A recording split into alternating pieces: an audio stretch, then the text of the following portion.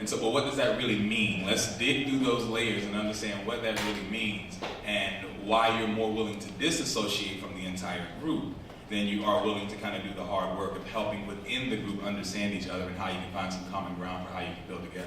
So you may have to have hard conversations within the group to help understand each other even more, because sometimes we are guilty of approaching the group and looking at it in through a monolithic lens, right? So we have to be unafraid to have those conversations, to say, allow me to introduce myself and create a safe space for other members of the group to introduce themselves so that we can truly see who we are, so they won't come to the table with the assumptions of our diversity, which we often do, right? So that's my part of it. So I just have to honor the fact that we're in New York, and as soon as you said allow me to introduce myself, I thought of Jay-Z. Of course, I did too. Just throw it out there. Okay, great. Yeah. Troy, it looked like you were writing something down. What do you want to say? So this played out about 2 years ago. When I first got to John Marshall, and I was approached by some Caribbean students who did not necessarily, it wasn't that they didn't identify with Balsa, but they felt like there was more to them than Balsa, and there was a critical mass of them. So I encouraged them to start an organization. They started the Caribbean American Law Students Association. I see this a lot play out on campus, where I actually have students of color, all colors, all shades, who will not even speak to me as a diversity guy, right? And I respect that. That's their choice. They don't want to be associated with it. And I think part of that is because we've allowed people to make diversity a dirty word, right? It's somehow a handout. It's somehow a bad thing. That's okay, right? If that's how you view that, that's okay. The downside to that is if you don't check the box, like some people, I don't want to, so I run reports all the time, and I see where, I see clearly a student who is associated with ELSA, for example, the Law Students Association. I can't find him on my report anywhere because he decided he didn't want to check the box. A conversation. Well, why didn't you want to check the box? Well, I wanted to get into law school on my own merit, and that's noble, right? However, I have a program that we run for first-year law students to support them academically, not because we can't get it, but because sometimes we just need the secret, right? And you can't get access to the secret if you don't check the box. And so these people at the middle of the semester, when they find out how well the students in my program are doing, then they want to join. Well, it's too late. Had you checked the box, you would have heard about it before you got to campus, and you would be a part of the program. So to me, there are some benefits that you can lose out on by not necessarily identifying to the point that you check the box, or you say, this is me, this is who I am.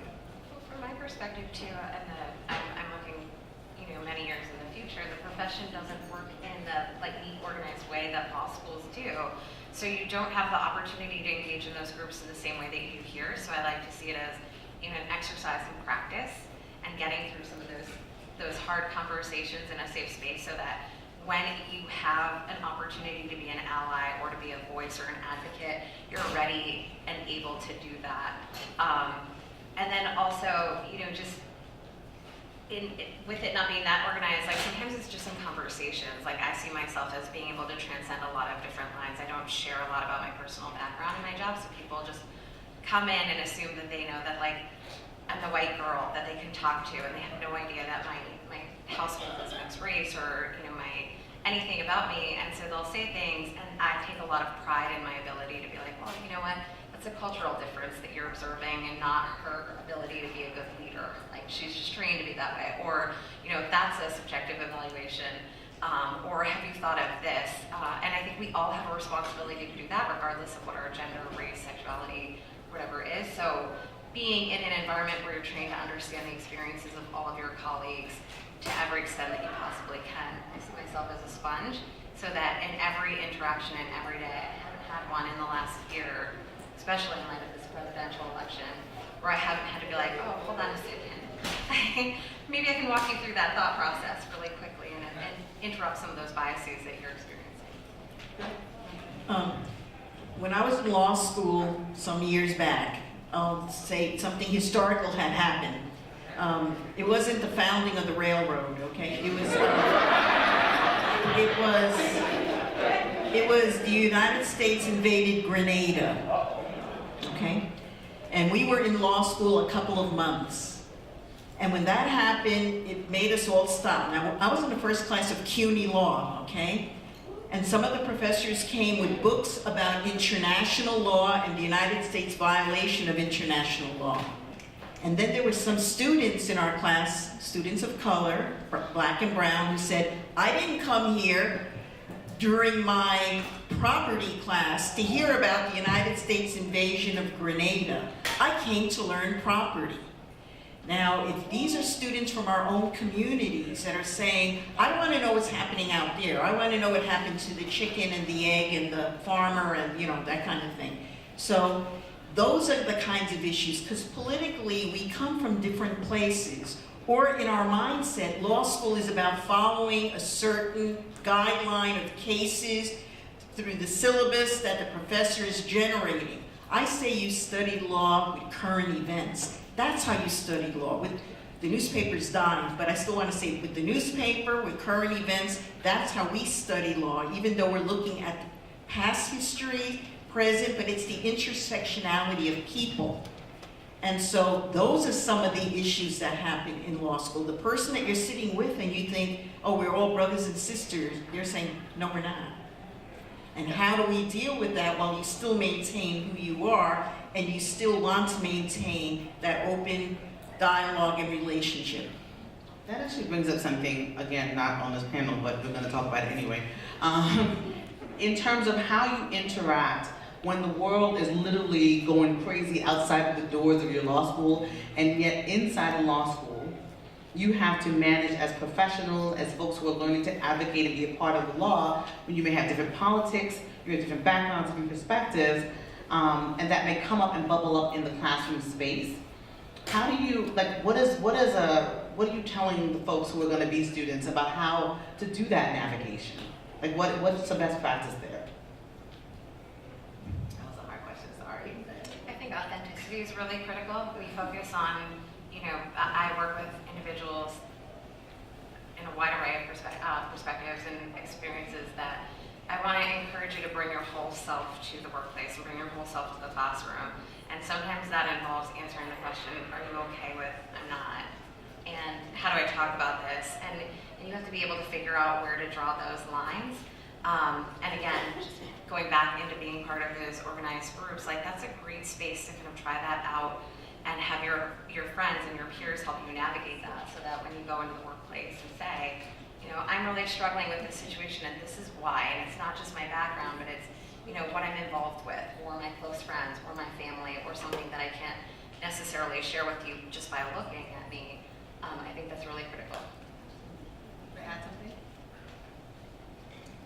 Yeah, thought about this. So I kind of want to echo that. I want to encourage you to show up and not be afraid to put those things out there for your peers, your professors, who are oftentimes just as clueless, right, and uncomfortable holding class and discussing these kinds of sensitive issues. For example, so you're in a criminal law class and we're talking about stop and frisk.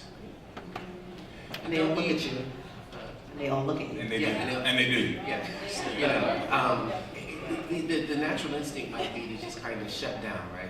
I'm not going to say anything because I don't want to be the representative for all black people around me, and I get that, right? But if you look at it differently, you're really denying everybody else an opportunity to learn. A part of the purpose for diversifying the classroom is because the different perspectives is what makes the conversation. So if law schools continue to admit everybody with poli-sci backgrounds from rural America, white, never worked, in a classroom, can you imagine how boring that discussion would be on stop and frisk, right? Or anything, or any topic. topic, basically. The purpose is to kind of make sure that there is that exchange of ideas that makes the study of law actually engaging. Otherwise, it would be boring to kind of sit there and not have that kind of exchange in the law school classroom. So I encourage you to just kind of show up, be brave, be bold, and use it as an opportunity to teach people who I think many of them want to know, right? But they're really scared. And so kind of own your voice and let it be heard. I was, again, CUNY Law, and I remember as a first year student, I could only go back to my experience and how it impacted me when some of my classmates during the Constitution, those cases with slavery. And we were a touchy-feely law school. We were founded to address these issues and the pain and the tears. And I'm talking about people who had been out of school for a while. Most non-traditional students in that first class of CUNY Law. The anger, the upsetment, the tears for the people and what we've gone through. And you sometimes don't expect that because you're thinking from your head, and then your heart pops out in the middle of a case or an issue. How do you address that? Because we're supposed to be professional, right? We're going to be professionals, so we have to be prepared. And then when it pops out without your expectation, that you're surrounding yourself with people who are going to be there, who get it and understand.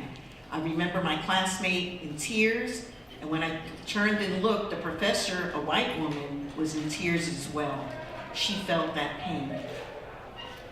And I think opportunity comes from those relationships. Like my career could have gone in a number of different ways, and I think that because I was pretty clear and transparent about the things that I was passionate about, when my job was handed to me, it was handed to me by somebody who was like, I know no one who cares more about this, who will not sleep at night until these issues are taken care of.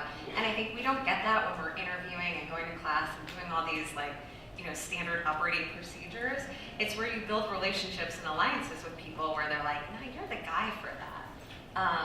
And I think, that I'm on a big Hamilton kick, but we all want to be in the room where it happened, right? And that's not going to happen if we continue to operate these really safe spaces up. I hope somebody will acknowledge that I'm passionate about this or that I know about this. You got to put yourself out there. You got to let everybody know what you're about, who you are, what you stand for, and that can put your name in when you're not there to speak for yourself. Let me level set for a minute, just 1 second. So I wanted to put something out there too, because there's another thing that happens that we haven't discussed. So when you have an opportunity in the classroom to sort of be that voice, and you choose to be that voice, it can be a heavy thing that people then start to expect from you, right? And then you remember that the primary reason for you to be in law school is to be an excellent student. Like you can't navigate any of those other spaces if you're not doing what it takes to be a student. So I want to remind you, because so many times you get burdened or choose to have all these other responsibilities, and then it makes it that you're taking away from the primary reason for you to be there. Law school is a business. Law school is a proposition for you. You're investing in yourself. If you don't invest in yourself and do the things you're supposed to do, you can't do all the things that you want to do later. I want to remind you about that. Go ahead. That's a good point too. So first things first, right? But one of the reasons why you're there, and think about this, right? You didn't just end up in a law school classroom, right? You didn't just end up in the environment where these conversations are happening. There's a committee of people that have looked at you, and they've combed through who you presented yourself to be, and they've said that this person will bring some value to this classroom. They will bring some value to the discussions. You're not there to be silent.